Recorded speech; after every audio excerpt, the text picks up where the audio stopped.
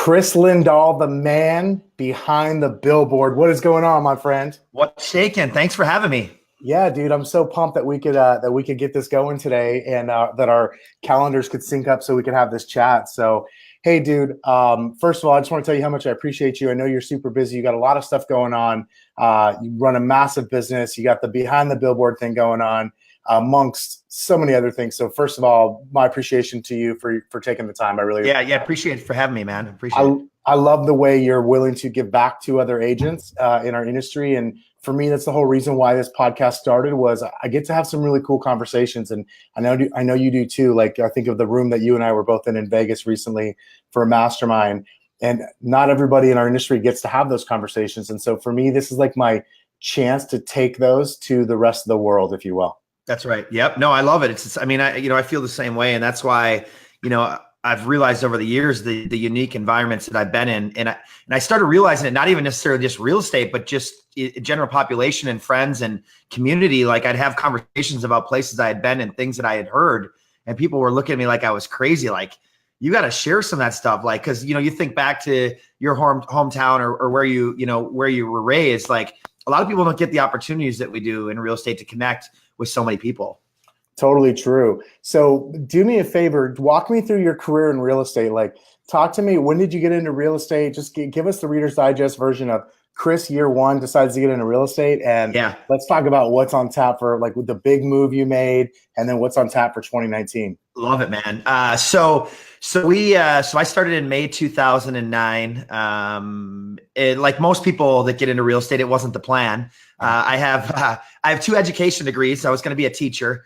I have a passion for helping others. Like, I truly love helping others. Like you had mentioned, like giving back to the industry. I love that.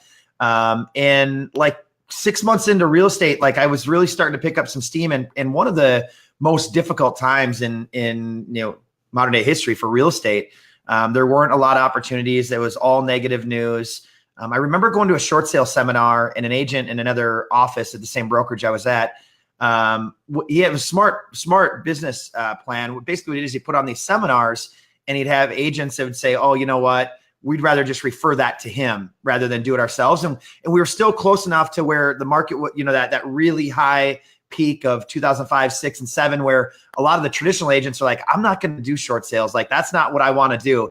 And so when I went to this seminar, I left going, I can do it better. And I was maybe 6 months into the business. I had no idea what I was doing. I don't even know why I thought I could do it better. I didn't even know real estate, let alone short sales or technology or marketing. And I just taught myself. I taught myself how to do short sales. I taught myself how to market. I remember, I would get home at 11 o'clock at night, and that's when the work would actually start. I'd have WordPress sites. I couldn't afford to hire anyone in the States. I had people that I was outsourcing from all these different areas. I had people that were syndicating links and websites and landing pages. And within 12 months, I was the #1 short sale agent in the state of Minnesota.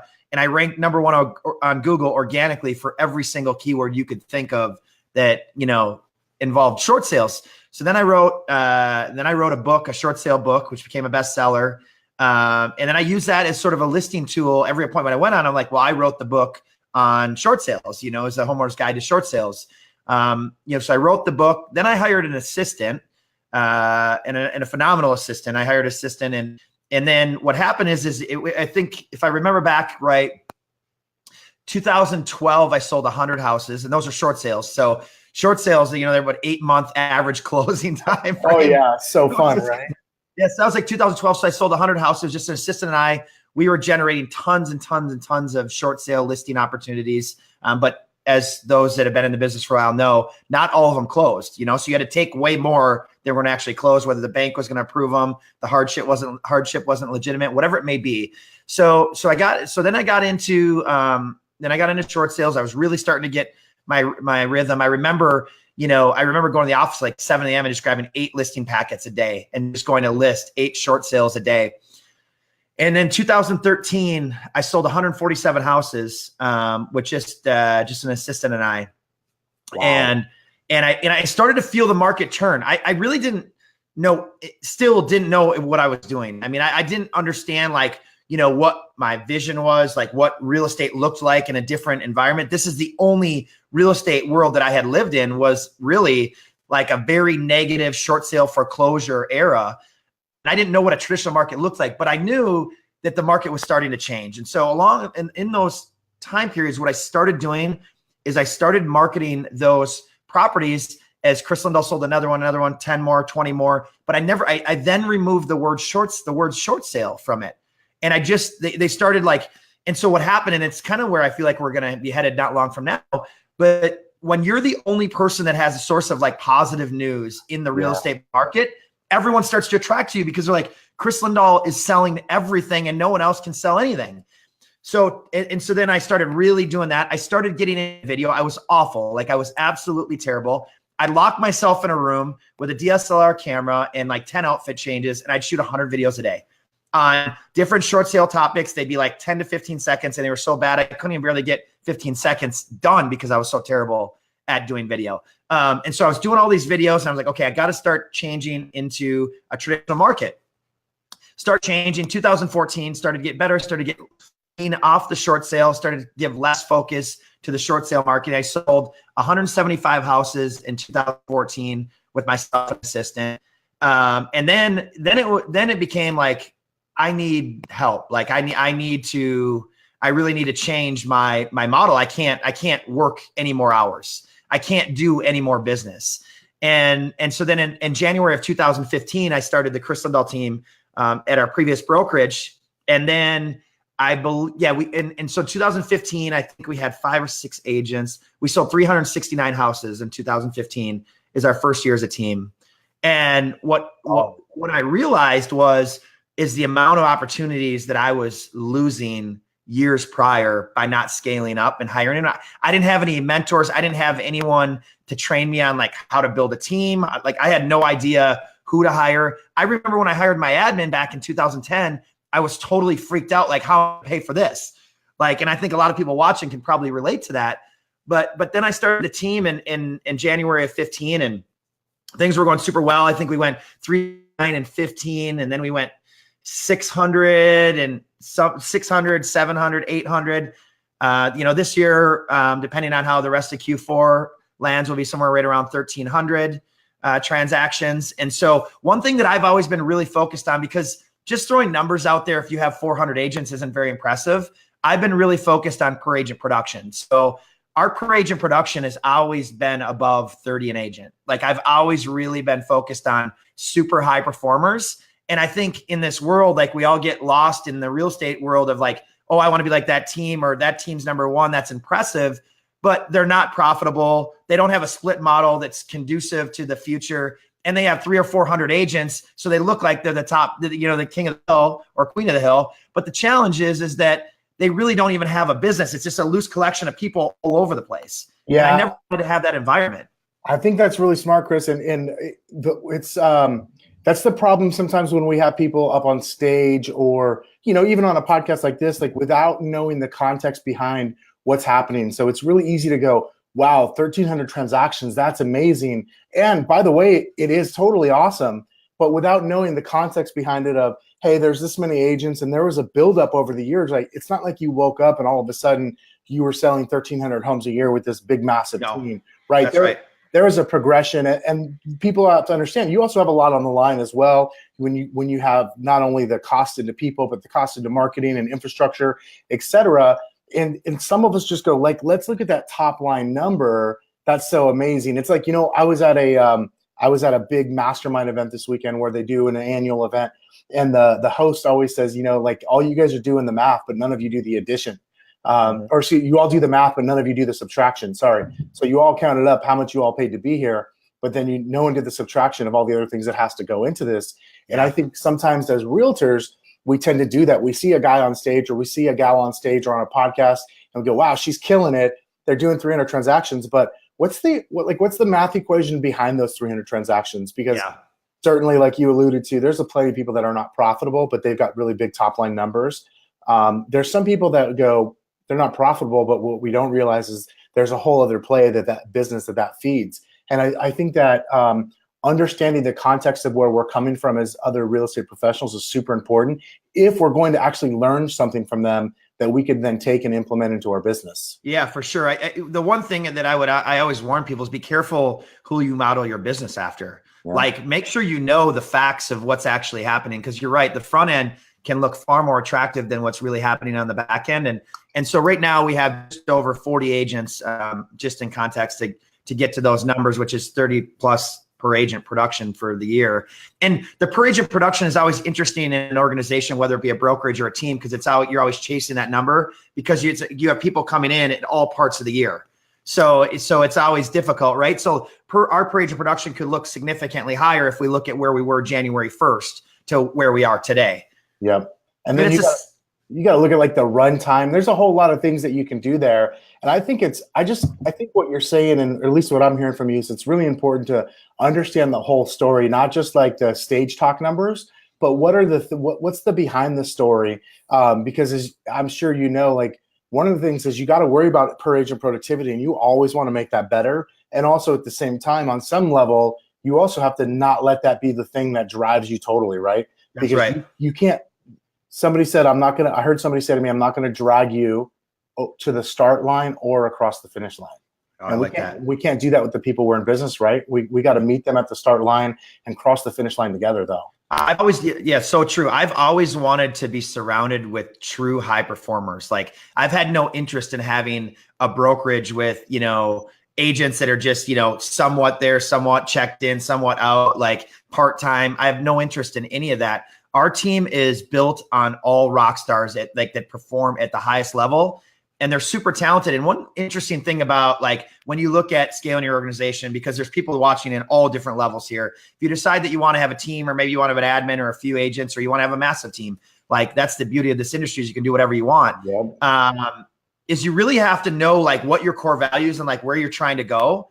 Because for us, like, when I look at our high performers, I solely believe one of the biggest reasons why we have so many high performers is because we hire to our core values. And so we end up with like-minded people in our organization.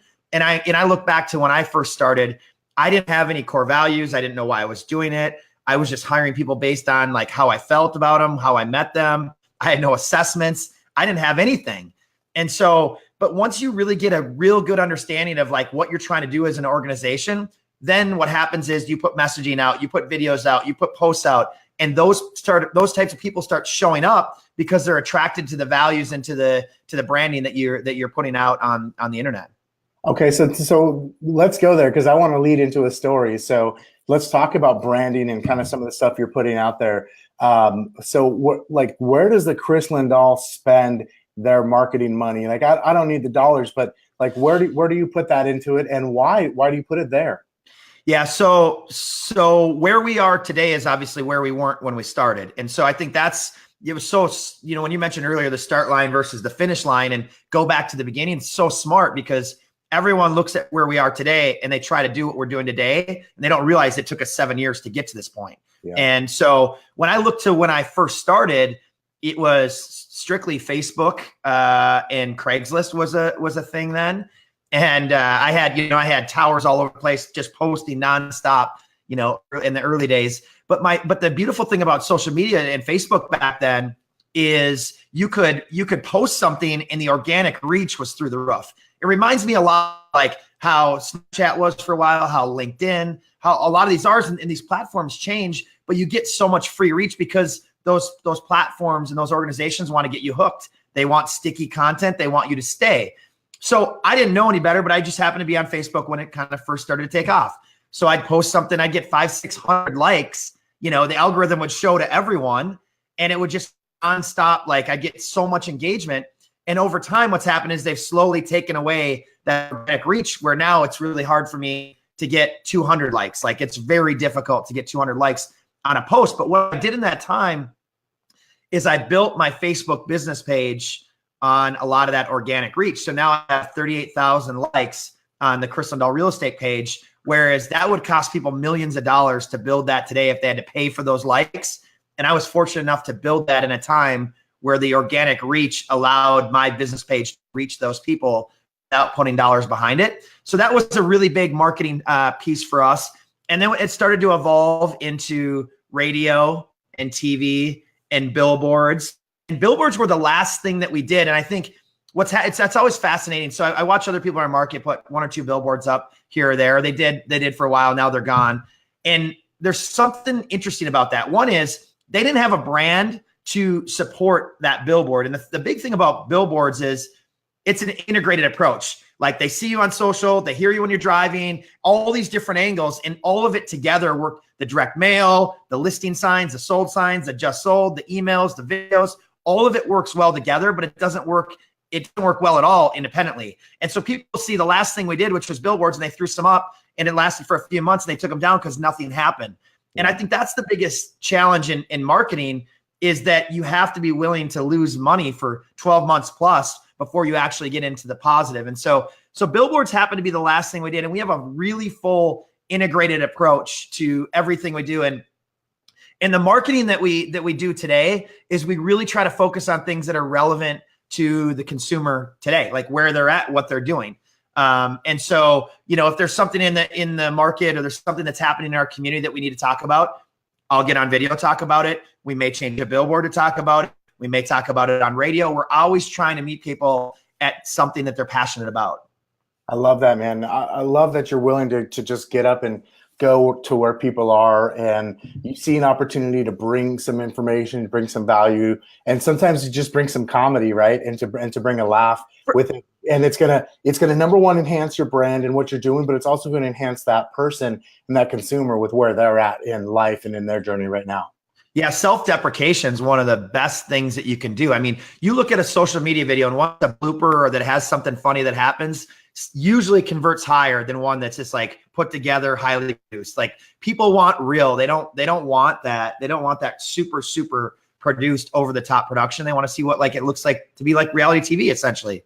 Totally agree. Well, man, one thing I was going to add to the billboards that I think, if, for those of you that are watching in different markets where I found this to be very effective, if you're the first to come to the market with something that hasn't been seen for a while or is different, there's what's called first mover advantage. And so for me, like when I rolled out billboards and we put them out everywhere, and when people started to copy me, what happened is we started getting calls off of their billboards, because people are driving and they just kind of see something happening. And so if you're doing something that's unique and then people start to copy you in your market, that's usually a good thing, because the consumer won't be able to tell the difference. And they'll start telling you that they're calling you from places where you're not located or things that you're not doing, because it just starts to play in the background. It's like, oh, that's another Kris Lindahl one. That's another Kris Lindahl one. And you can't tell the difference. And that's why it's hard to go and compete against someone that has already done something. It's better to carve your own path than to go and play the same game that they're playing. Yeah, the only way to beat somebody who's established at the game they're already playing is to just be willing to outspend them for a lot longer, right? Yep. And we already know it's expensive enough no matter where you start. And so to do that, that's like, the reality is most of us aren't going to do that. So, okay, but it was the billboards that really brought some national attention to you here recently. Yeah. Tell me about that, man. I know the story, but I'd love for you to share the billboard, man, the picture of you just right up there, right up. Yeah. Yeah. So we've had a couple. So I'll start with the first one. And it was last year NFC Championship game. We were playing the New Orleans Saints at home, and Stephon Diggs scored with 7 seconds left, 3 seconds left, a touchdown to win the game. Oh, I'm sorry. It was a game before the championship game. So a game before the championship game. And right before that game started, I said, everything in the town was purple. People were crazy about Vikings. I posted on social media. I said, if the Vikings win this game, Kris Lindahl is going to turn all of his billboards purple. And so, what are the odds that we win with a few seconds left? People are so jacked. I mean, half the people left the stadium because they thought season was over. And then the last play of the game, he scores all the way down the field. And I had already had the design and everything done. And they won. So I put it up on all the billboards in the Twin Cities.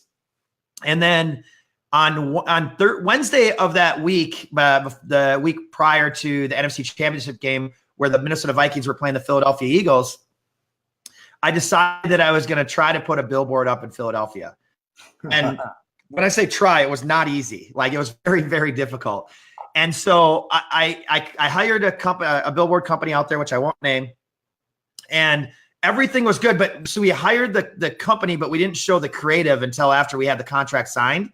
And so when we submitted the billboard creative, which was me in purple and Vikings and everything else, they rejected it. They said that they weren't willing to take that risk for their billboard. They thought that their billboard would get tore down by Philadelphia fans. That was the excuse that they gave me. So it's now Thursday afternoon when we get that news. And so most of the billboard organizations are only open Monday through Friday. So I have about maybe a quarter of a day left to get this done. So I call another company, sign the contract, submit the creative. Nope, not interested. The last one I do, they have their legal department look at it right away. This time I was up front, said, here's the creative, like, here's what we're trying to do. And they said, yeah, no, we can't reject you for that. We're totally fine. It ended up being the best location of all of them too. And it was right outside the stadium. And so here's what's interesting. So I took a flight there. I'm like, I'm going to take a picture, but I didn't tell anyone I was going. I didn't tell one person other than the one person I was with that I was going to the game. I didn't say nothing to anyone. And I landed, and as I was coming, I remember as I was descending to land, I was looking at my phone and I was like, I need to make sure that I get the right Uber driver that's not a Philadelphia fan. So I'm ordering Ubers. I'm looking at him like, maybe that person's from here. Maybe they're not. And I call the guy and I'm like, hey, we're at the airport. Are you a Philadelphia Eagles fan? And he's like, no. And then when he comes to pick us up, he actually was a fan. But I said, hey, we've got to go over to, I think it was the exit was Broad Street. I said, we got to go park on the side of the road. He had no idea what we were doing or why. I was wearing a purple shirt. I don't think he even connected the two that I was a Vikings fan. So we had to pull over right on the side of the shoulder, right at the exit. And I stood out there with my arms out and match and mimic the billboard pose that I did. And I remember all of the Philadelphia fans that were driving, like exiting the stadium right there next to me, just yelling and screaming and honking. I had my hands out wide open.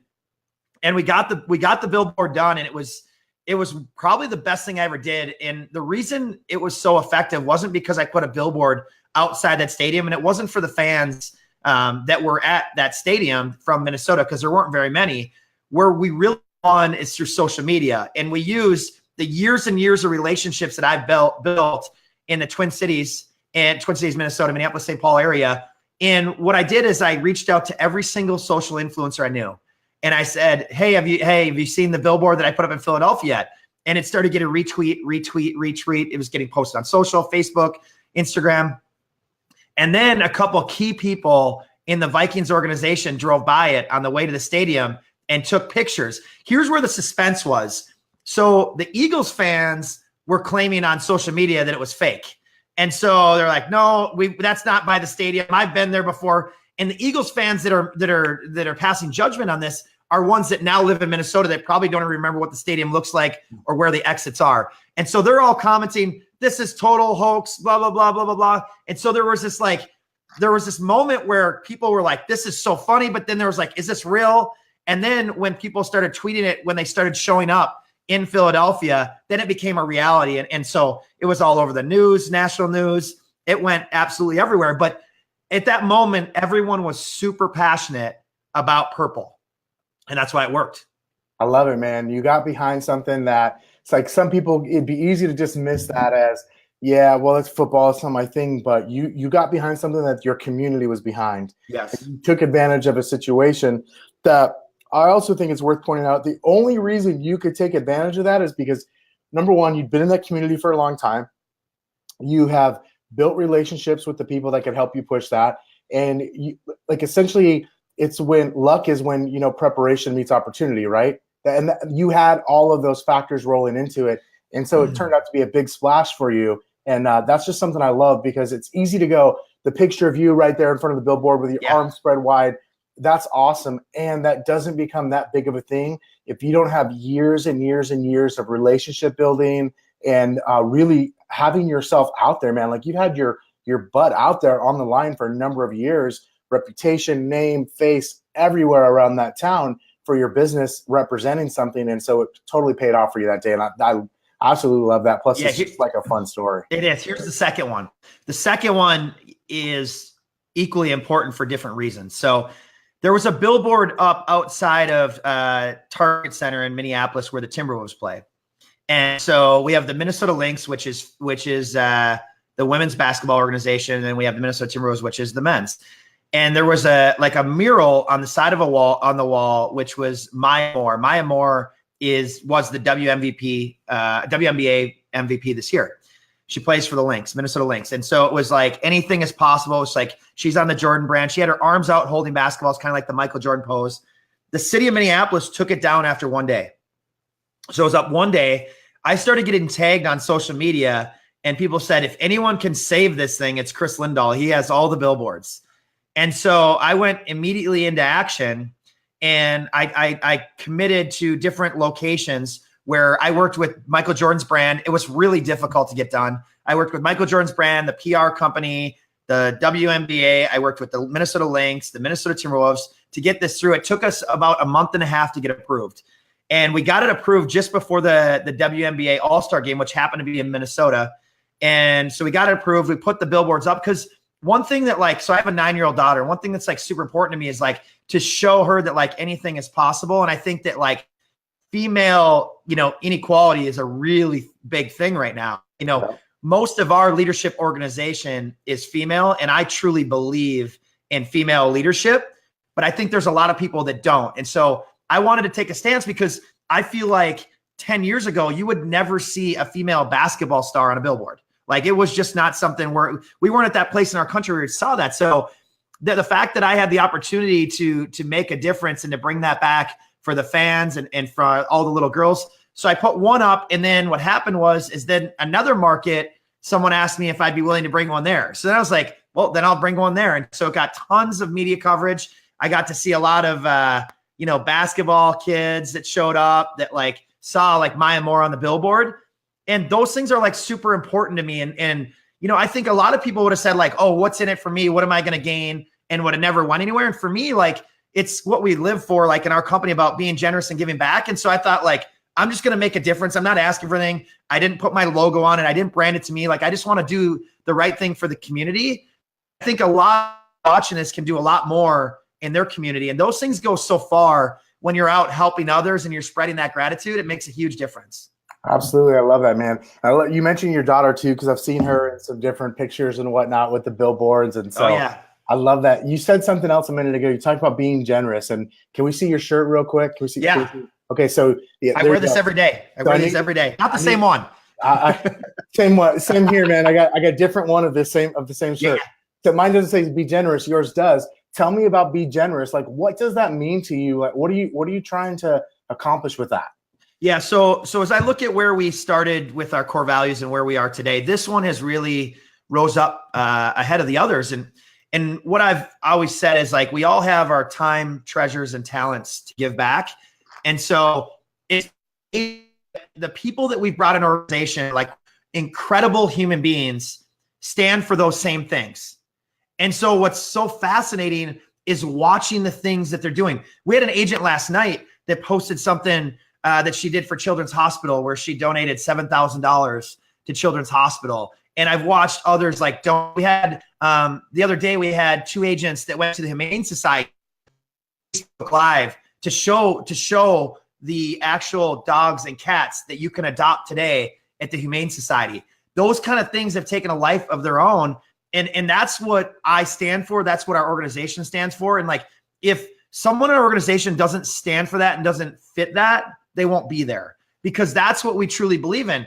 What I've seen for forever is I go to an organization, I might be speaking in an organization. I go to their office and I see plaques on the walls of these core values, and not one person can even recite what they are.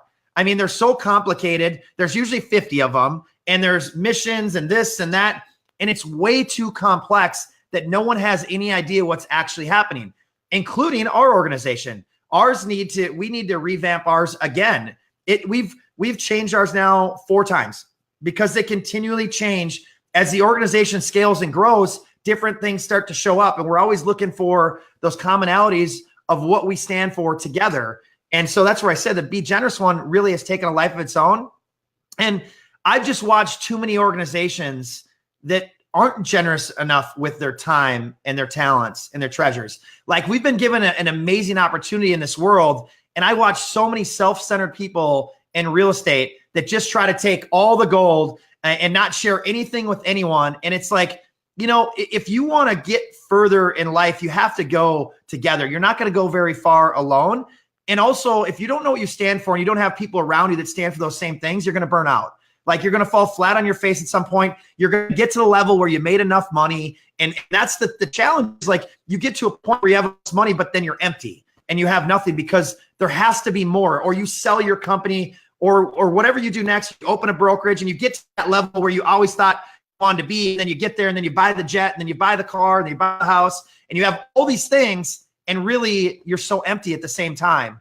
And so that's for me, like, I'm not motivated by money. I'm motivated on how big of an impact I can make with the treasures that we generate. Like that's what matters to me. And I think that too many people are like, oh, well, I made this much and I did this and I got this award. I'm like, I don't really care about any of those awards. What I care about is if I'm making an impact every day. I love that. So you said something, I heard another interview with you where you talked about your core values. You talking about, yeah, I was like everyone else. I just Googled core values and I took some off of Google, right, and put those on the wall, and we had to start changing them. Like, how does that evolve? Like, how did you decide, or how did you guys as an organization decide what your core values are and how you're going to share those with your organization? So really you have massive buy-in. And I've been around people in your organization, and to say that they have buy-in would be an understatement. So I can say, with absolute certainty, I know that it's working for you, and yet you want to take it to another level. How do you do that? Yeah. So I, when I look back to the core values we initially had, which I couldn't even name one of them, that's how bad it was. It's funny. There was a moment where I was like, we don't even stand for any of this. Like I just was looking at this. I'm like, this isn't even who we are. Like none of it is, and so that's where the real work comes in, is you have to sit down and for us, this organization isn't about Kris Lindahl anymore. It's about everyone in the organization, plus all of their families, plus our clients, plus our community, our supporters. This is about all their families. This isn't about me. And so you can't look at your core values as like, hey, who is Kris? Like you have to look at like, what does everyone in the organization stand for collectively together? And that's hard, deep work. Like that's not easy stuff to do, and then what happens is certain people, you start to look and you're like, man, is that person a fit? Like, and then the challenge comes like, I don't think that person fits what we're doing anymore, and that can be very, very difficult. And so some of those people, like you have to love them out. Like there's some of my good friends where I just said, hey, this isn't right. Like this doesn't work for us. And I love those people today. And I honor their commitments to our organization, and they helped us get to where we are. But it's not good for the organization to have people in there that don't stand collectively for the same thing. Like you sort of, and we had the opportunity to obviously talk to George McPhee, who is the Vegas Knights GM. He said something to me before he went on stage, and it's something that I've witnessed all over the country. I've witnessed it every single sports organization. The best locker room wins every single time. Yep. It's not the most talented organization. And some of you watching probably have that person in your brokerage or on your team that's just like way over the top maniac, probably the top salesperson, but disrupting the place at all time, complaining about things, ungrateful, always wants more, could be a super good person, just such a high driver that they can't control themselves. And so I think of, and I look at the sporting teams the sports teams I was a member of, and the ones that I'm fans of, I can tell you every single time if we're going somewhere or not based on the personalities in that organization.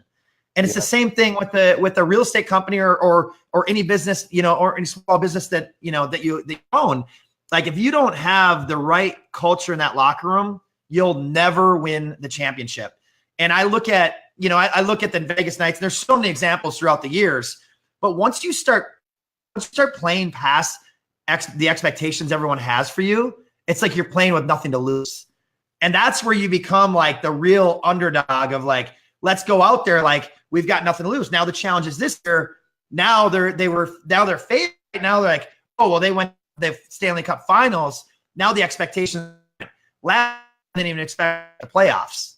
And so you can really build some solid culture around being counted out or being the underdog or whatever it is, or leaving that brokerage or getting kicked out of that brokerage or wherever it might be for people that are watching and listening to this story. Those things can make a big difference to have those moments in your career where it's like, it's that chip that you have on your shoulder that like, I'm going to do this. I'm going to prove them wrong. They doubted me. They said that. And those are the kind of people I want in my organization that have some sort of chip on their shoulder from something, maybe when they were younger, their mom or dad or grandpa or teacher, someone said, you're never going to be anything. like, and they have something to prove. Yep. I love that, man.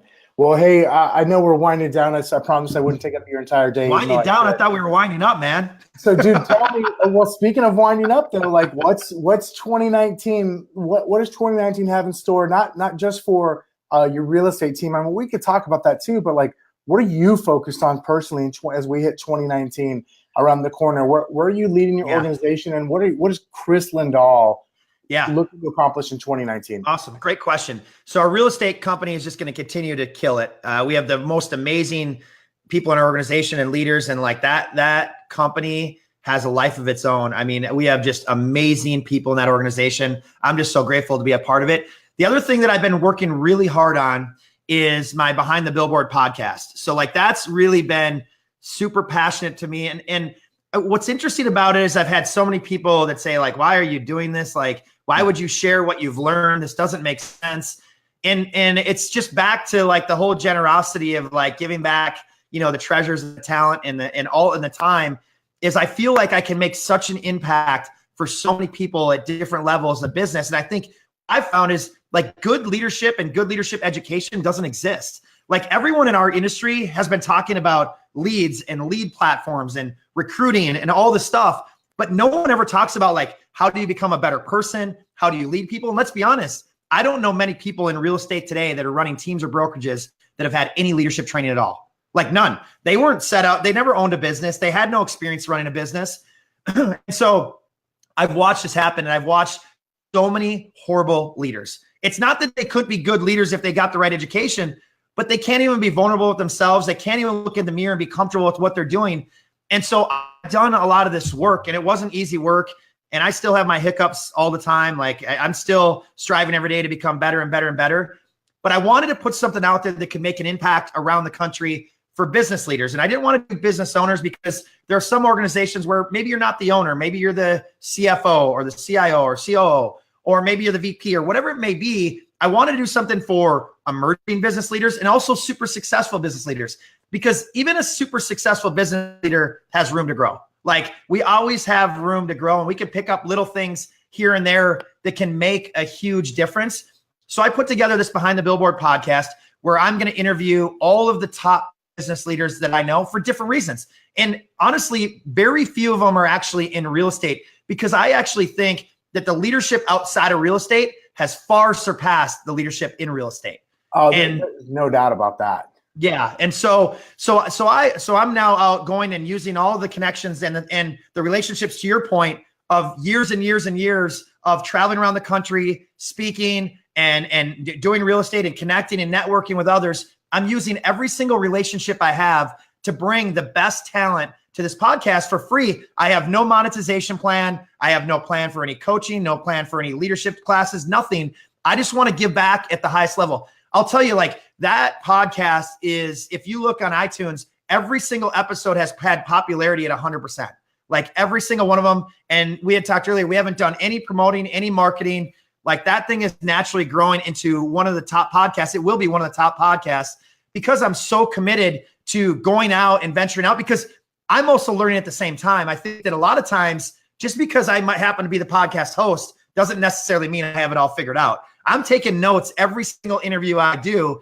I bring them back to my company. I bring them back to myself personally. And that's what I'm really focused on, is this podcast. And so I'm just grateful for all the people that have left 5-star reviews and have subscribed. And we've also, this is what I really underestimated from the network that I've built around the country, is I can't believe the speaker suggestions that I'm getting on behindthebillboard.com, my website. Like I have some awesome speakers come. I mean, I'm talking like top CEOs in the country of really big companies, where someone listening, not even in real estate, connected and listened and said, I love this podcast. I think you should interview this person.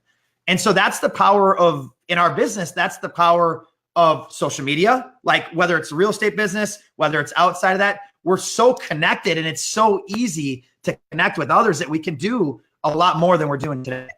Yeah, man, I love that. You know, I was mentioning, like I was just at an event this past weekend with business leaders from like probably literally hundreds of different industries and probably 10 different countries, all sorts of different entrepreneurs.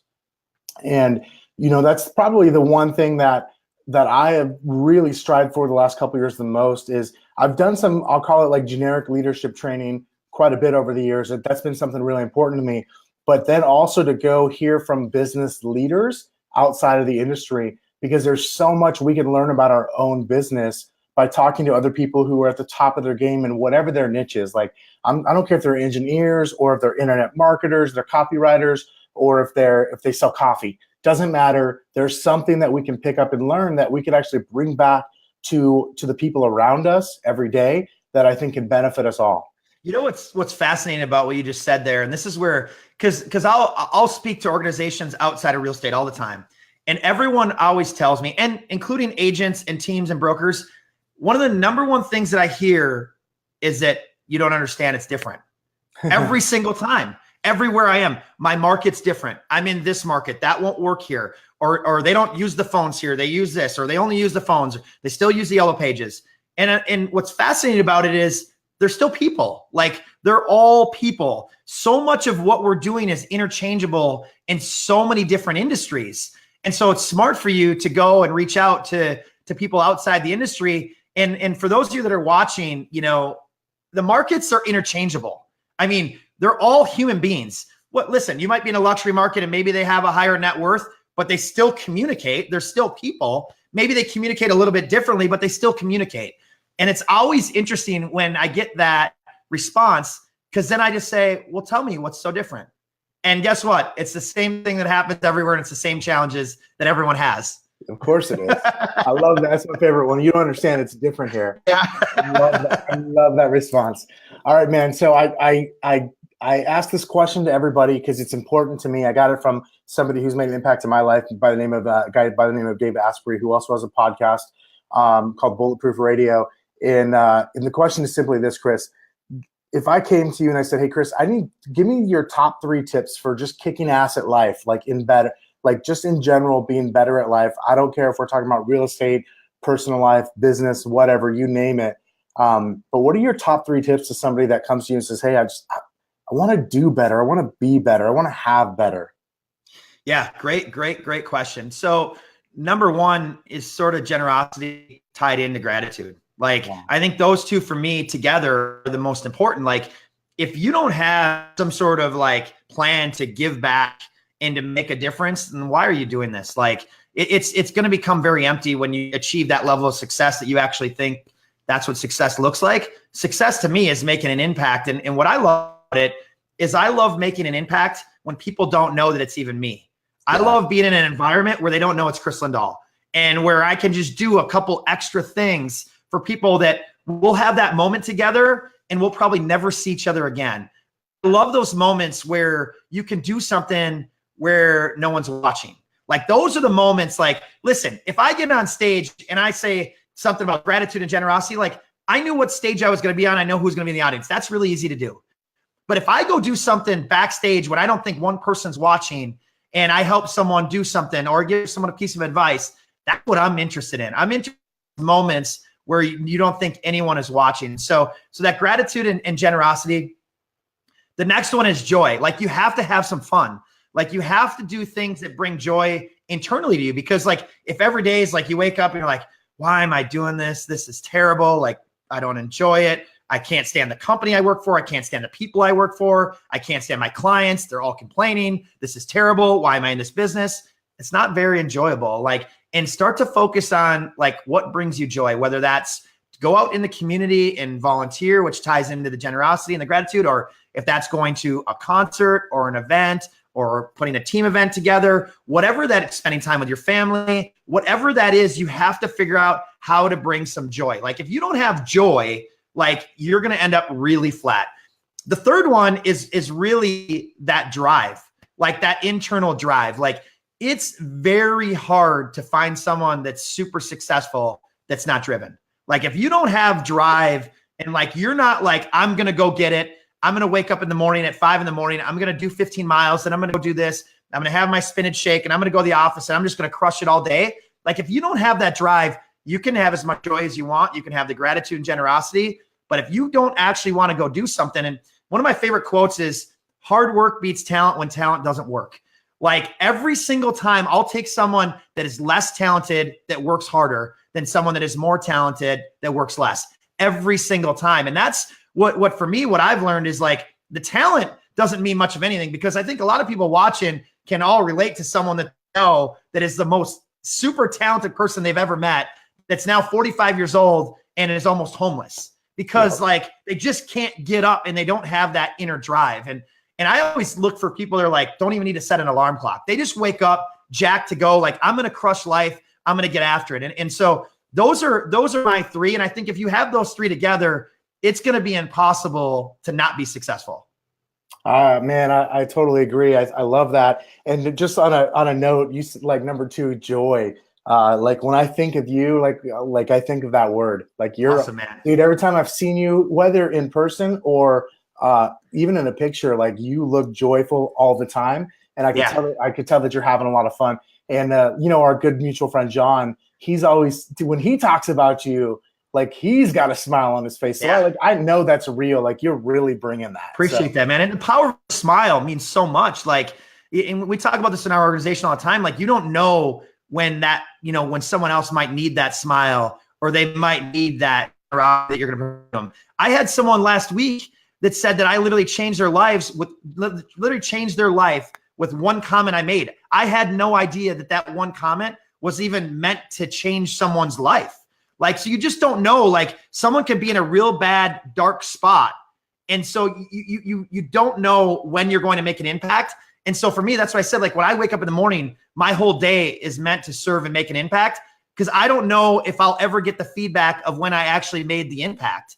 And I think that's the best part about this world is like, whether it's social, whether it's gratitude, whether it's joy, generosity, however we spread that information, we constantly have the ability to make an impact. And that's what I love about this world. That's why I did that, why I'm doing this podcast Behind the Billboard, is because I know I'm making an impact, but I'm not even getting all the feedback of the impact that I'm actually making.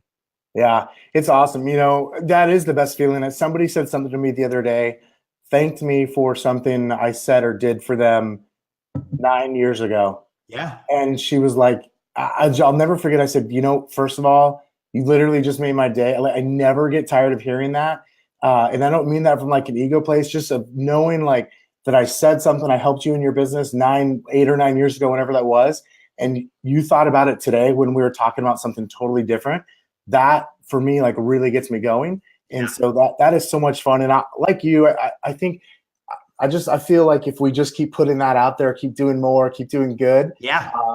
Like the reality is it might not come back from the exact same place, but it's going to come back. Right. I think of Tim Ferriss as a guy who I've learned a lot from over the years through his books and through his podcast. And he talked about like, you know, sometimes if for him, he was talking about money and investments, but he's talking about how like, just because you lose money in one certain place doesn't mean you have to make it back in that same place. He was referencing, he lost a lot of money in some real estate, but he'd made so much more money in some tech investments, right? And so he went, hold on, I've made my money back. Why am I trying to get my money out of real estate as if the repayment, if you will, or the completing or the closing of the loop has to come back through this same exact tunnel or channel? Yeah, I love it. I wrote, that's so spot on. I wrote something down a couple of years ago at the beginning of the year where I felt like I was really missing in life. And I'd be in a moment and I wish I'd be in a moment, something would happen. My brain would tell me, do this. And I wouldn't do it because the other side of my brain would say, don't do it. And I'd get home and I'm like, man, I really wish I would have done that. I wish I would have opened that door. I wish I would have held that door just a little bit longer because they were just a little far out of the distance. And then I let it close. Or I wish I would have helped bag their groceries or open their car door or whatever it was. And I had all these moments of regret. Like I wish in the moment I would have done that. And so I wrote down that like when I have that feeling like, oh, you should do that. And then it's like, oh no, you should walk away. That now triggers me to go, no, now you stay put and you do that. And with that, the reason I bring that up is exactly what you just said about someone that shared something, an impact that you made on them 9 years ago. I share those stories with people that make an impact with me now where I didn't share them before. Like I just thought of them and now I'm really open and like, I want to let them know that they made a difference in my life and they didn't even know it. Yeah, I love that, man. I learned that too. So for me, going through a lot of different sort of like personal development courses and leadership courses, you know, there's oftentimes there's there's a lot of time to share. And I found myself at first not wanting to share because I didn't want to, talk like everyone else was talking and take up all the time. But then what I found is every time I shared something, somebody would be like, oh my gosh, I was thinking the same thing. I'm so glad you said that. Yeah. And that was the thing for me where I realized whether it's the opening of the door or saying the thing, I often sometimes do the exact same thing where now that triggers me, go, no, do it. Something inside of you, gut feeling, intuition, whatever you want to call it, said to do it. I follow that now. And I love that you shared that. I didn't know that about you. Yeah. But that's something that I do as well. And I share that because what it's brought me has been so much more joy than most other things I've done combined. Yeah. And the other thing when you have super high drivers, and I'm sure there's a lot of really high drivers that are watching this that want more and continue to want more. Another thing that I struggled with was being still and present, never really honoring my accomplishments today. I was trying to chase something I couldn't catch and I always wanted to be somewhere else. I could be sitting on this podcast right now, but I'd want to be thinking about oh, what am I gonna do when I get to the office? Or what am I gonna do when I get on my podcast? I always wanted to be somewhere else. It's because I just constantly brain was just firing. And so I just share this with you because we have to be more still and more present. People can tell that you're not showing up and you're not present. You're distracted by your phone. You're distracted by thoughts, whatever that is. And so for me, I wrote down a couple of years ago that you have to be more present and you have to be more still. You can't just continually want to be somewhere you're not. And so I share that hoping that someone will take that information and maybe they're sitting in those shoes today and they take action to correct that, because beautiful things can show up when you start to get present and start to soak in what's happening around you. Awesome. So before we wind down and end this, behindthebillboard.com, right? Is that what I heard the website is? Yep, behindthebillboard.com. And then we have a Facebook page where we put videos out that we share, which is the Behind the Billboard Facebook page. And then we have the Behind the Billboard podcast, which is in all of the app stores. And you can go directly to behindthebillboard.com to click the episodes. Like I said earlier, I love 5-star reviews if I've earned them, and subscribers would be great. I love that. I love all the people that have been subscribing, and it motivates me to do more. Yeah, no doubt. I love that too. That's one of the things where, hey, what I'm doing, I'm putting out, it's somebody did good, even if it's just a 5-star review or if it's a written review, that's awesome too. Or if it's a share, just one little share, sometimes you see it, I'm like, man, it made it worth it. I didn't even want to put out the content that day or film. What's so interesting about that is there's so many things that I've done throughout the years where I thought it was average, where I'm so hypercritical to my work and to what we were going to do, whether it be in the real estate business or whether in this podcast or whatever. And it's surprising how many times that we're so hypercritical and it actually is really good to others, but we're just too close to it. And so what I do often now is if I come up with something that I want to do in our organization, I'll come back and revisit it 3 to 4 days later. I'll take a few days off and then I'll go back and look at it again. And it's interesting how different you look at it. You're like, wow, that was a terrible idea. Or it needs to change this way. And before I was just rapid fire and I was missing, I think, the actual quality of the work that I was doing because I didn't go back and revisit it. And so I know there's a lot of people watching that get stuck and trying to be perfect. It doesn't have to be perfect. You have to go and get started. Absolutely, man. You can perfect it later. Just get it out there. That's right. You never know who it's going to impact. And I think there's so much more that can come of it. So much more good that can come of it versus the realities. We're going to be the only ones criticizing ourselves. That's right. Always. Yeah. So, awesome, bro. Well, hey, dude, thank you so much. Guys, do me a favor. If you like this episode at all, go check out behindthebillboard.com. Subscribe and listen to Kris's podcast. Give him some reviews, if he's earned it, and I promise you he will, because he works hard at earning it. And just give him a shout out if you thought this was valuable. So, Kris, thanks for your time, man. I super appreciate it. I'm looking forward to seeing you again in January. Yeah, no, awesome, man. Thank you so much for having me. And if anyone watching this has questions in your group or comments or whatever, they can post in the comment section below. Once you post this, I'd be glad to step in and answer as many questions I can, or send me a message, whatever I can do to help you get to the next level. I'd love to. Right on. Thanks a lot, Kris. All right, guys, you heard it. Open invitation to pick the brain of one of the smartest men in the industry. Pick his brain. So take the opportunity. And Kris, thanks a lot, man. Thank you. Have a great rest of your day, brother. Yeah, thank you. Bye-bye.